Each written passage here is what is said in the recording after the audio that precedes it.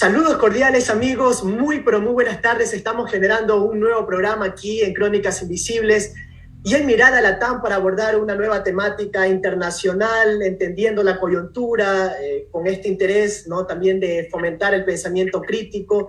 Somos un espacio liderado por jóvenes y generamos esta conversación desde la ciudad de Babahoyo, en la provincia de Los Ríos, en Ecuador, y tenemos invitados del otro lado del charco y que estamos muy gustosos que nos acompañen en esta jornada para hablar un tema muy importante y que esperemos sea de su agrado y que por supuesto lo compartan para llegar a muchas más personas a través de nuestra fanpage como Crónicas Invisibles y también en nuestro canal de YouTube Crónicas Invisibles. También estamos en Twitter como Crónicas 20, donde también pueden seguir lo que subimos, los contenidos, los clips de cada uno de nuestros diálogos. Bien, quiero presentar a nuestros invitados, a nuestros distinguidos invitados que vamos a dialogar en esta jornada. Inicio con Amir Valle. Él es escritor y periodista cubano de la cadena internacional alemana Deutsche Welle.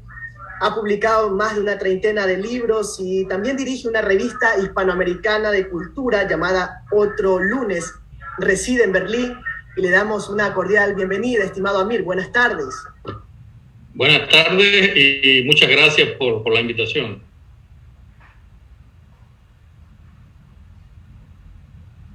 También le damos la bienvenida a Marco Paladines. Él es sociólogo con especialización en ciencias políticas por la Universidad Católica del Ecuador y máster en ciencias sociales por la Universidad Humboldt de Berlín, Alemania. Estimado Marco, un gusto también tenerle en este espacio. Mucho gusto, Julio, compartir el espacio. Mucho gusto, Amir, coincidir de nuevo en un espacio de opinión. Saludos a todo el Ecuador, a todo el mundo que nos vea, especialmente a la provincia fluminense, ¿no? Que tengo bonitos recuerdos de Quevedo, de Babahoyo, de Ventanas. Muy bien, muchísimas gracias. Y quiero agradecer también a Veterinaria Parasol por hacer posible este espacio, por confiar en nosotros, en nuestro proyecto, y también a Babahoyo al Día, que retransmite nuestro programa y nos permite también llegar a mucha más gente a nivel local. Bien, para iniciar este diálogo, nos enterábamos allá hace un par de semanas, por el 11 de julio, de esta manifestación, de estas protestas que se generaban en Cuba, y quería iniciar con Amir, si esta serie de protestas que hemos visto de Cuba y que no han parado hasta ahora, responde a una crisis económica producida por el coronavirus o simplemente esta es la punta del iceberg de muchas otras problemáticas que se vienen arrastrando hace varias décadas, estimado Amir. Sí, mira, lo que hay que decir primero es que este es el resultado de años de un modelo económico totalmente fracasado. Es decir que el coronavirus es la causa no realmente responde a la verdad. La verdad es que estamos viendo un país en el cual de pronto la estructura económica está quebrada completamente. Es decir, Cuba es hoy una de las naciones menos productivas de América Latina, cuando en 1959 era uno de los países exportadores más fuertes de alimentos, medicinas, etcétera, dentro de la región. Y lamentablemente en los últimos años, a pesar de que han existido numerosos reclamos de la población también y de algunos especialistas nacionales o internacionales que le han intentado convencer al gobierno de que debe cambiar y debe ajustarse a un nuevo modelo económico, ellos han insistido en este modelo que lamentablemente ha demostrado década tras década su fracaso. Lo peor fue el llamado reordenamiento, que mucha gente asocia a la nueva moneda, es decir, a tratar de dejar en Cuba una moneda luego de vivir años en una triple moneda. Teníamos el dólar, teníamos el CUC, teníamos el peso cubano, y esa tarea de reordenamiento que llega además en el peor de los momentos, en plena crisis de la pandemia, llega también en un momento económico muy, muy triste y el peor momento, porque llega también en un instante en el que Cuba, como decimos en Cuba, se le debía a las 11.000 vírgenes, es decir, a todo el mundo Cuba le debía y no podía financieramente ejecutar sus acciones internacionales. Eso creó una crisis de abastecimiento muy grande, Julio, y de pronto, ¿qué sucedió? Que eso coincidió con la crisis en Venezuela, lo cual trae un desabastecimiento de petróleo justamente para Cuba, y que cae en una crisis energética nacional absoluta que ha vuelto a hundir al país en los llamados apagones, que son 12 horas sin corriente eléctrica, con pequeñas horas de corriente eléctrica y luego nuevamente esos apagones. Y encima de eso, también el hecho de que algunas zonas del embargo norteamericano afectan muy fuerte, sobre todo el nivel de gestión internacional de las finanzas del gobierno cubano. Más o menos ese es el estallido. Te debo decir que, por ejemplo, es importante decir que en San Antonio de los Baños, que fue el pueblo donde está la Escuela Internacional de Cine, es decir, es muy conocido justamente por la escuela de cine más importante de las Américas, en ese momento llevaban días que no tenían agua, no tenían alimentos, porque los abastecimientos no habían llegado a las bodegas, y encima de eso tenían apagones, y encima de eso las tasas de contaminación del coronavirus estaban haciendo que los hospitales estaban ya siendo colapsados. Es decir, por supuesto, la gente tenía la opción de morirse de hambre, morirse de COVID o salir a protestar y a pedir por los derechos. Y eso fue lo que pasó. Sí, estimado Amir, has hecho una radiografía de las causales, las variables que ocasionaron este estallido social. Marco, ¿coincides? ¿Crees que esto es un poco también la tendencia que hemos visto en América Latina, de la gente saliendo a las calles a protestar como a causa de una crisis estructural de modelos políticos que han fracasado? ¿Crees tú esa es la causal, Marco? Bueno, yo pienso que los estallidos sociales, las protestas, tienen como origen una acumulación de hechos que motivan a la gente a salir. Es decir, no basta con que nos moleste una pequeña cosa para salir a protestar. Es evidente que hay una acumulación de varias cosas para protestar, y es evidente también que la pandemia ha sido un fenómeno mundial, global, que ha afectado todas las economías, que ha afectado todos los sistemas de gobierno, y que evidentemente eso ha contribuido a empeorar las condiciones, porque vamos a ser sinceros con eso, las condiciones no eran las mejores. Lo que sí quiero señalar, pero es que esas condiciones no estaban bien en 1959 y comenzaron a estar mal desde la revolución en adelante, sino que ya atrás incluso podemos observar que había un sistema completamente desigual, que profundizaba la diferencia entre grupos sociales, ¿no? Que se concentraba la riqueza en una élite y que tenía una relación de dependencia con Estados Unidos bastante perjudicial para el pueblo cubano. Entonces, hay fallas en el sistema, en el modelo económico cubano, eso es cierto, fallas duras que cuestan a la población y que legitiman una protesta en el caso de que la haya, como las ha habido, pero creer que cambiar el sistema económico cubano hacia la alternativa que se ofrece más allá del modelo que tienen, que es el modelo neoliberal, resultaría bastante perjudicial, viendo cómo el sistema neoliberal funciona en otros países. Miremos Haití, miremos la desigualdad de Chile, miremos la concentración de tierras en Colombia, donde el sistema neoliberal se ha aplicado con mucha fuerza y se ha subrayado mucho en mantener esos principios de la economía ortodoxa. Entonces no son precisamente ejemplos. El mismo Estados Unidos no es un ejemplo de modelo económico en todas sus áreas, porque es un modelo que produce mucha exclusión, mucha pobreza, mucha desigualdad. Entonces no creo que esa necesariamente sea la solución a todos los problemas. Ahora pasa también, y creo que en eso vamos a coincidir con Amir, que cuando se habla de Cuba se polariza un poco más el ambiente, se tensiona un poco más la discusión, que si esto, por ejemplo, fuera el caso de Guatemala, o si fuera el caso de El Salvador, o si fuera el caso de Perú mismo, no se llega a discutir con tanta polarización y con tanta intensidad, y eso tiene que ver con la geopolítica cubana también, y con, digamos, la polarización que genera un proceso de intento de emancipación política respecto del hegemón continental que tenemos, que genera, digamos, muchas tensiones, ¿no? Y que obviamente no resuelve todos los problemas. No estamos aquí para justificar todo lo que se ha hecho en el gobierno revolucionario cubano, tiene muchos errores, y los vamos a señalar y criticar, pero creo que hay que mirar también que las alternativas que se propondrían a este sistema tampoco están funcionando y que estamos ante, digamos, un modelo económico que genera problemas de gran escala, ¿no? Yo quiero agregar algo ahí, momentico, muy breve.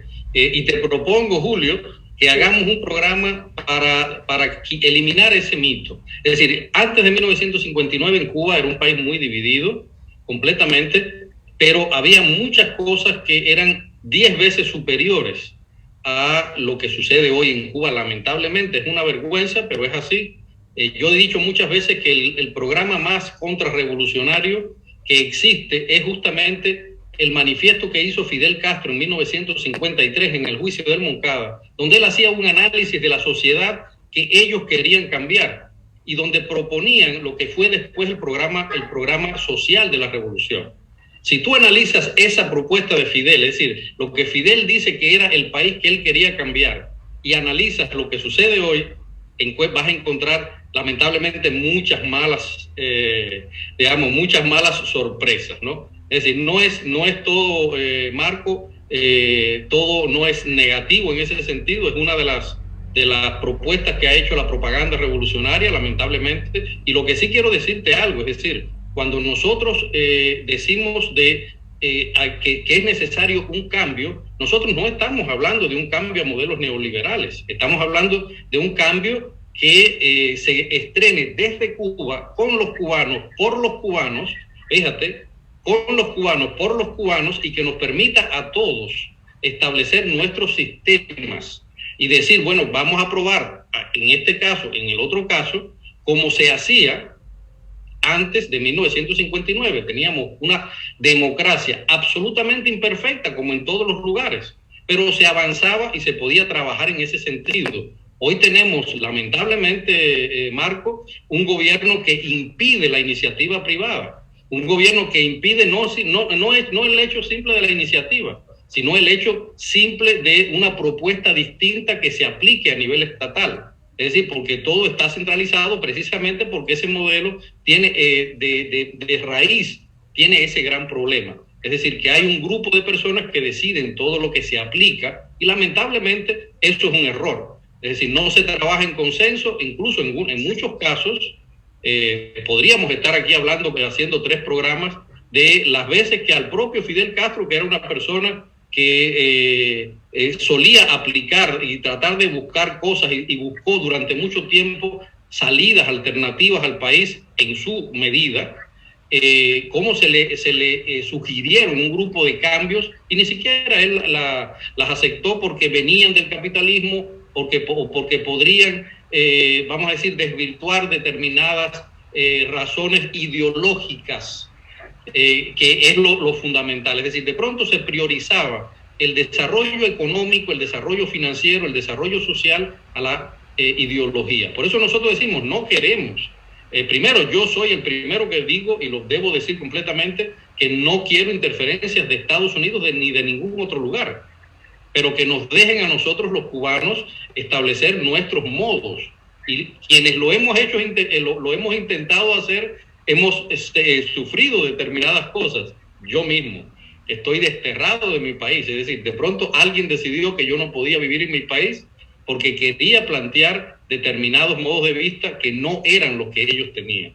Por eso te digo, quiero hacer esa pequeña aclaración, pero es un asunto de todos los cubanos, de nosotros los cubanos, que queremos, incluso muchos de nosotros. Yo soy hijo de un hombre de la revolución, de uno de los líderes de esa revolución, y sencillamente yo crecí en la historia y yo conozco lo hermoso que era el proyecto original de la revolución, pero de aquel proyecto original a este de ahora dista mucho, lamentablemente, debemos decirlo, lamentablemente. Hubiéramos querido que funcionara y que fuéramos realmente la luz de los pobres de América Latina y que fuera una luz para América Latina y para el mundo. Marco, esto también puede significar como ese estereotipo que se tiene con la izquierda, lo conversaba fuera de micrófono con Amir, como incluso cuando acá en Ecuador, que pasamos por un proceso electoral, se hablaba tanto del modelo cubano, el modelo venezolano, el castrochavismo, que si nos vamos a convertir en ese modelo acá en el país.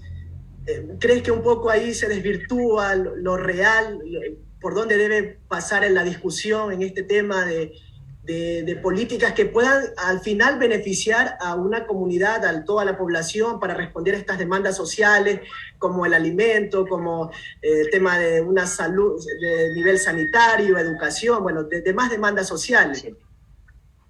Bueno, a ver, creo que todo proceso político imaginado para transformar la realidad tiene que lidiar con el desengaño, ¿no? Con el desengaño que implica que cuando ya se realizan o se intentan realizar las transformaciones que se desean, esas no necesariamente se dan del modo en que se espera. Eso sucede con todo proceso político, es decir, no hay un modo de pasar del mundo de los sueños y de lo ideal a una práctica ideal. La práctica siempre es con roce, siempre es con fricción, siempre incluye problemas. Entonces, esa transformación revolucionaria que ocurrió en Cuba ha traído problemas muy graves, hay que decirlos también, ¿no? Un gobierno que en cierto momento también tuvo o tiene rasgos dictatoriales y homófobos, por ejemplo. O sea, no se trata de no señalar los problemas que hay, pero sí se trata de ver por dónde pasan los problemas. Entonces, ahí sí estoy en desacuerdo con Amir cuando él dice que salir del modelo económico actual cubano no significa necesariamente abrazar el neoliberalismo, sino partir de un modelo que salga desde los cubanos. Vivimos en un mundo globalizado y los países se sostienen por financiamiento externo, todos los países se sostienen por financiamiento externo y depende de la geopolítica si te lo da Rusia, o si te lo da China, o si te lo da Estados Unidos, o si te lo da el Fondo Monetario Internacional, etcétera. Y lo que pasa en Cuba es que no es que pueden desconectarse del mundo y hacer su modelo económico, más bien eso es siempre lo que se le ha criticado. Y entonces cambiar este modelo económico, que además está cambiando, porque también tiene iniciativa privada, es cierto que no es igual que en otros países, pero también ha tenido varias fases de desarrollo de la iniciativa privada, es decir, es un modelo económico que si bien tiene ciertas rigideces en varios asuntos, ha estado cambiando y sigue cambiando. Cambiarlo abruptamente no deja otra opción, yo no veo en el planeta otra opción que abrazar el neoliberalismo. Entonces veo complicado, porque claro, nos dice Amir, un modelo económico que sea los buenos, pero ¿en qué consiste? ¿Cómo se van a financiar? ¿Van a seguir exportando materias primas? O sea, ahí hay cuestiones más de fondo que hay que ver. Nuestros países latinoamericanos dependen, lamentablemente, todos y todavía de la explotación de materias primas, ¿sí? Y otra cosa, una imprecisión, ¿no? Cuba tenía una democracia, tuvo una democracia en algún momento después de su independencia, que la independencia también fue otra lucha violenta también que se hizo con armas, ¿no? La independencia de España trajo cambios políticos y tampoco fue perfecta, pero el momento en el que se hace la revolución había una dictadura. Entonces, no es que antes de la revolución estaba todo bien. Y hay que señalar que Cuba tiene muchos problemas, ahora acabo Julio, pero en ciertos casos es referente para América Latina en que tienen que ver con educación, con salud, con solidaridad internacional. Creo que es muy difícil cuestionar allí el rol de Cuba. Hay como cuestionar evidentemente cosas de su modelo económico, de sus prácticas políticas, etcétera. Pero el fantasma de Cuba o el fantasma de Venezuela en Latinoamérica es la bandera que enarbola la derecha más recalcitrante para afirmar un modelo económico neoliberal, insisto, que además los sectores que sostienen estos discursos son los sectores más oligárquicos de nuestros países, son los sectores que concentran la tierra en nuestros países, son los sectores que obviamente se opondrían a una distribución más justa de los recursos y digamos de un modelo económico más justo donde se ponga impuestos a los más ricos. En Latinoamérica los ricos no pagan impuestos, hay que decirlo. En Europa o en Estados Unidos los ricos pagan más impuestos. En Latinoamérica las oligarquías no permiten eso, no están adueñadas de los estados. Entonces obviamente se oponen, usan el fantasma de Venezuela o de Cuba reflejando todo lo malo que pueden tener para decir que lo mejor que podemos hacer es alinearnos con el Fondo Internacional, con el Fondo Monetario Internacional, con el Banco Mundial y aceptar todo tipo de presiones que nos ponen para otorgarnos sus préstamos. Por tema del tiempo, Amir, disculpe, por cuestión del tiempo, para seguir un poco, ¿quién sería esa alternativa de Cuba? ¿Hay un movimiento que está levantándose, un movimiento social, una organización, grupos sociales, jóvenes, sindicatos? Un poco podría, similar a lo que pasó en Chile ahora, que después de esta protesta lo que vino es la respuesta. Exactamente, la respuesta está en justo que el pueblo cubano está pidiendo hace muchos años, no desde ahora, que nos dejen oír y que nos dejen participar. Es decir, estamos cansados de que supuestamente buscando ese ideal, que Marco es muy lindo, pero como tú mismo dices, aplicar eso en la realidad es muy difícil. ¿Ya? Es decir, que sea la igualdad para todo el mundo, etcétera, ese es algo que lamentablemente, vuelvo a lo mismo, hasta este momento no ha funcionado. Eso lo estamos pidiendo muchos cubanos, llevamos décadas. Lamentablemente, ese sistema al que muchos defienden por eso que tú estás diciendo, ha encarcelado a muchas personas por decir eso y por querer decir, bueno, nosotros podemos probar otras iniciativas. Hay personas que han cumplido 30 años de cárcel. Todavía hay personas que están cumpliendo años por querer decir. Ahora mismo, las manifestaciones, los líderes de las manifestaciones, las personas que estuvieron, que además fueron tomadas en la calle sin ni siquiera haber participado, están siendo condenados sencillamente por manifestarse a condenas de prisión. Lo que estamos diciendo es, existe una oposición, existen propuestas, incluso propuestas que entran dentro del país, propuestas que han sido presentadas a la Asamblea Nacional del Poder Popular en Cuba, propuestas que le han sido hechas durante los últimos 30 años a ese sistema que no han querido ser escuchadas. Y son propuestas que parten justamente de empoderar a el país para que el país vuelva a ser tan productivo como fue antes y no se convierta en un parásito, primero de Rusia, en un parásito de Venezuela y lamentablemente en un país que no produce prácticamente nada y que hoy tiene que comprar casi toda la comida que antiguamente el mismo país producía. Es decir, es algo que es muy curioso. Yo te invito, Marco, también a que no repitas más el mito de la salud y la educación. En el 2015, el propio Raúl Castro, en un discurso del 26 de julio, reconoció que hacía más en ese entonces, más de 10 años, que la salud y la educación en Cuba no podían ser consideradas un logro y que había que rescatarlas. Desde esa fecha hasta la época, hasta este momento, en salud, Cuba invierte anualmente el 0,7% de su Producto Interno Bruto. Y sin embargo, en construir hoteles y construir inmobiliarias, que los cubanos no ven nunca, tiene un 42% de su Producto Interno Bruto. En solidaridad tiene un 12%. Estoy hablando de cifras de la ONAI, que son las cifras oficiales que ellos mismos manejan. Es decir, te estoy hablando de que sencillamente hay logros que lo fueron absolutamente, y que, ojo, vamos a ser sinceros, comparados con lo que sucede en otras regiones de América Latina, de Asia y de África, todavía siguen siendo logros desde una perspectiva. Pero ya no lo son tanto, ya no deben ser convertidos en la gran panacea de Cuba, porque no son, lamentablemente, o sea, yo quisiera que fueran así, pero no son así. Porque esa es la parte que nosotros más estamos intentando salvar. Los que nos hemos opuesto, hemos dicho, hemos experimentado y hemos logrado, hemos tenido un grupo de logros que hay que conservar, pero hay otros que no. Y esos otros logros, entonces, esas otras cosas que nos faltan, son las que nosotros estamos luchando. Y por eso te digo, son modelos que están aplicados, que se han establecidos. Existe incluso un proyecto que se llama Pacto Social, donde se establece una nueva constitución con todas las leyes, con todas las cosas ajustables a las circunstancias actuales, leyes financieras, etcétera, y eso no ha sido escuchado y ha sido propuesto.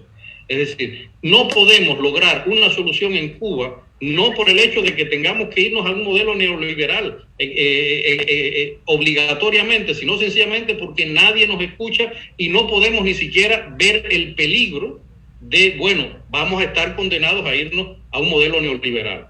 Porque a la hora de la verdad, Marcos, estamos de nuevo en el mismo plano de estas personas que han salido a la calle, que ha sido la manifestación más grande en toda la historia de la revolución.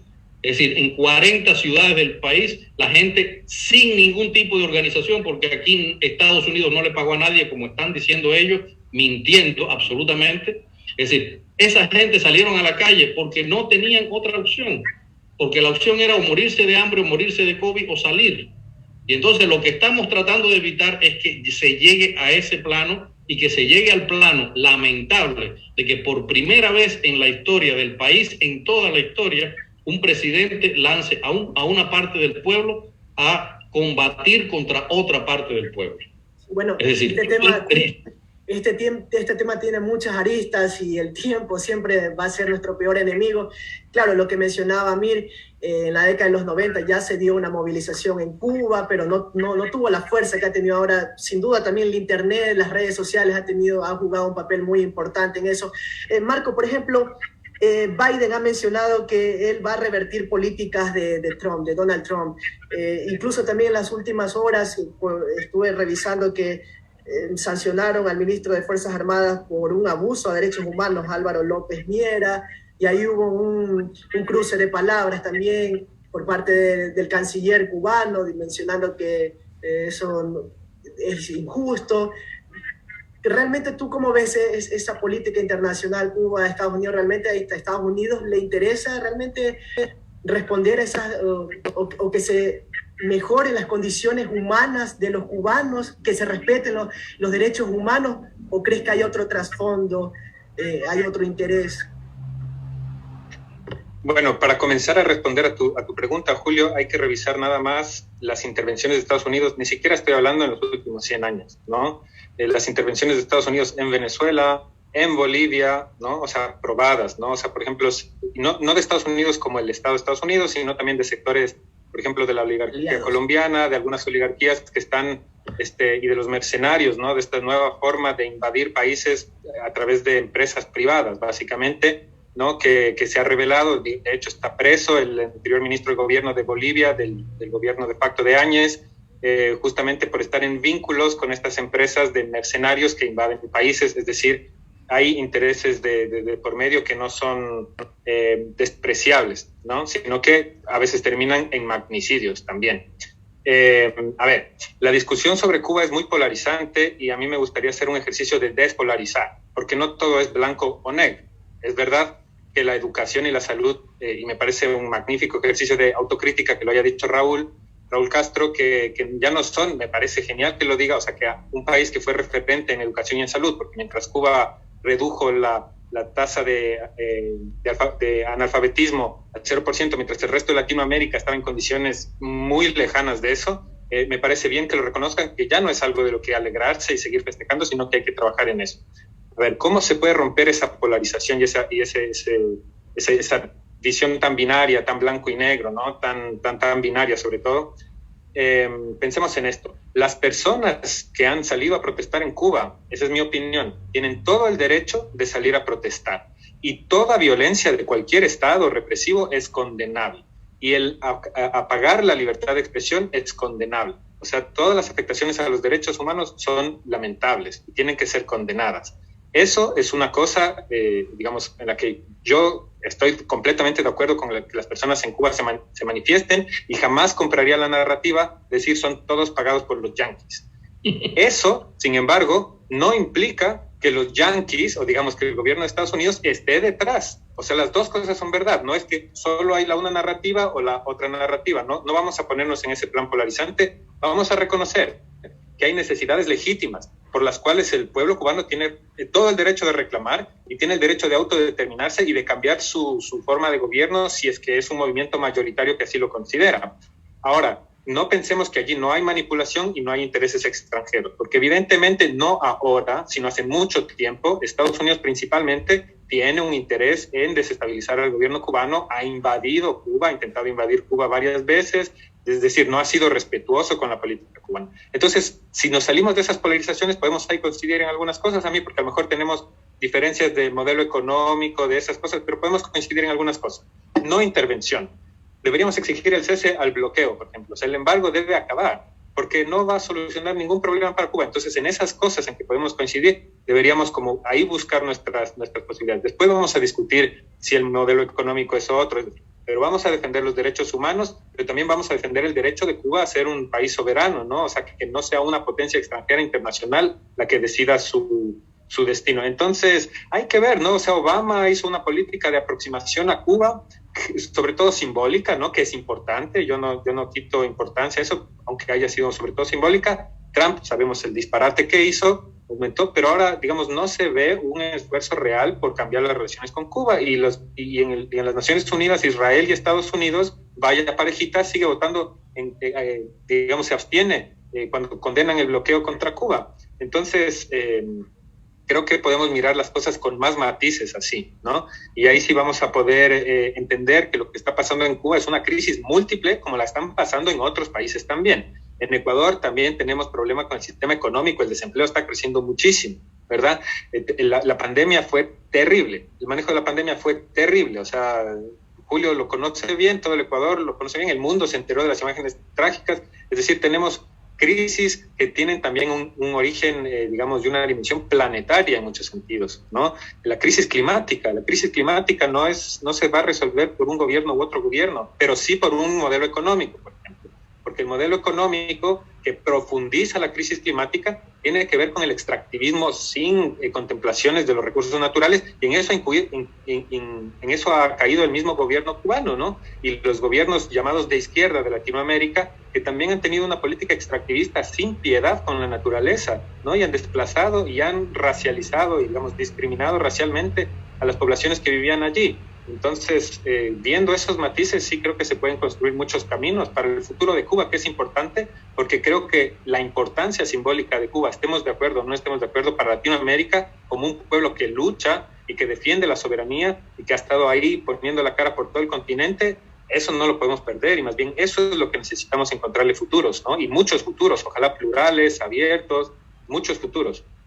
Sí, bueno, ya tenemos solo 5 minutos para terminar esta reunión, y creo que Marco mencionaba esto como me parece lo clave, ¿no? de su intervención, es el tema del embargo, del bloqueo que siempre se ha hablado, que se pueda liberar. ¿Cree usted, Amir, que eso es lo que vendrá en el futuro? Porque esa era, digamos, la conclusión que tenía preparado. ¿Qué vendrá luego de esta protesta? ¿Se sentará algún precedente con esta movilización que usted, Amir, manifestaba que han sido de las más grandes en los últimos tiempos? ¿Será más simbólica o será más palpable, tangible? ¿Se notará en la realidad, en la praxis? Amir, ya a manera de conclusión. Ya los colegas, por ejemplo, la gente, los amigos, la familia en Cuba, están manifestando que hay un punto de no retorno. Es decir, ya el pueblo cubano perdió primero el miedo, que es algo que no hemos mencionado aquí, y es que estos sistemas generalmente se establecen sobre la base del miedo y de la dependencia absoluta del individuo a un poder que lo decide todo en el país. Eso en principio es cuestionable, sea de una ideología o de otra, izquierda, derecha, ese modo de operar hay que condenarlo. Los cubanos perdieron el miedo y eso es lo que se vive en las calles hoy. Es decir, ya la gente, aunque ahora mismo siguen reprimiendo, aunque por primera vez están las tropas especiales en las calles como nunca se habían visto antes, reprimiendo personas, deteniendo personas. Hay actualmente más de 200 colegas periodistas que están sufriendo prisión domiciliaria, es decir, no los dejan ni siquiera salir a comprar el pan para evitar que hagan manifestaciones. Es decir, hay muchas cosas que están sucediendo en el país que permiten, lamentablemente, que el gobierno se mantenga, digamos, tal cual, que genere esta poética, digamos, donde todos los males sociales están siendo pagados desde Estados Unidos, y que no acabe de reconocer sus propios errores y haya instaurado unas medidas que tristemente solamente la gente en Cuba consideran que son migajas, porque lamentablemente no van a resolver el problema que Cuba como tal, es decir, el Estado no puede resolver por sus propias cuentas. Por esa razón ahora lo que se impone, y es lo que todo el mundo estamos todo el mundo diciendo, es que nos escuchen. Y lo interesante es que por primera vez en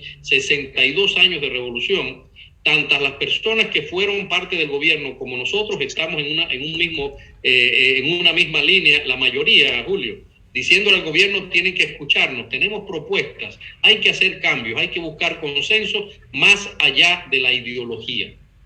Es decir, eso es lo importante. Muy breve, Marco, por favor, porque ya nos quedan pocos minutos. 2 minutos nos restan. ¿Qué vendrá luego de esto? Dice Amir el tema de ya la gente ya no tiene miedo. Bueno, a ver, yo lo que pienso, lo que deseo para Cuba es que exista organización y que exista solidaridad suficiente desde abajo, desde los sectores que dan de comer a Cuba, desde los sectores que mantienen los trabajos, desde las personas digamos, que están en la ruralidad, desde, digamos, los sectores que están abajo, y no necesariamente desde las burocracias, que desde esos sectores, ese es un ideal si se quiere, ¿no? Que desde esos sectores exista organización para poder plantearle al Estado transformaciones. Lo mismo que debe suceder en los otros países de América Latina, organizaciones comprometidas. Y yo sí creo que es una discusión ideológica, y no concuerdo con Amir. Creo que sí es una discusión ideológica saber, por ejemplo, si vamos a seguir saqueando la naturaleza, saber si vamos a seguir teniendo modelos económicos que benefician solo a las élites, sean élites burócratas, estatistas, o sean élites privadas que tienen en paraísos fiscales sus recursos.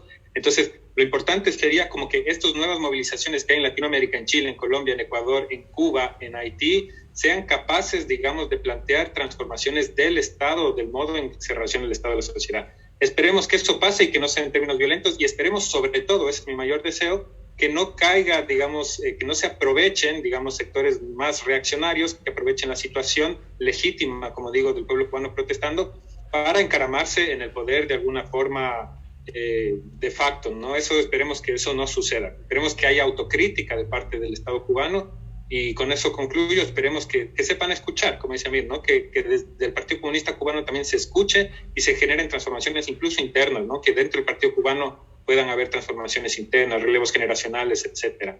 Estaremos muy pendientes de lo que suceda en Cuba, y esperemos tenerle en una próxima ocasión a Amir Valle y también a Marco Paladines, ambos desde Berlín, Alemania.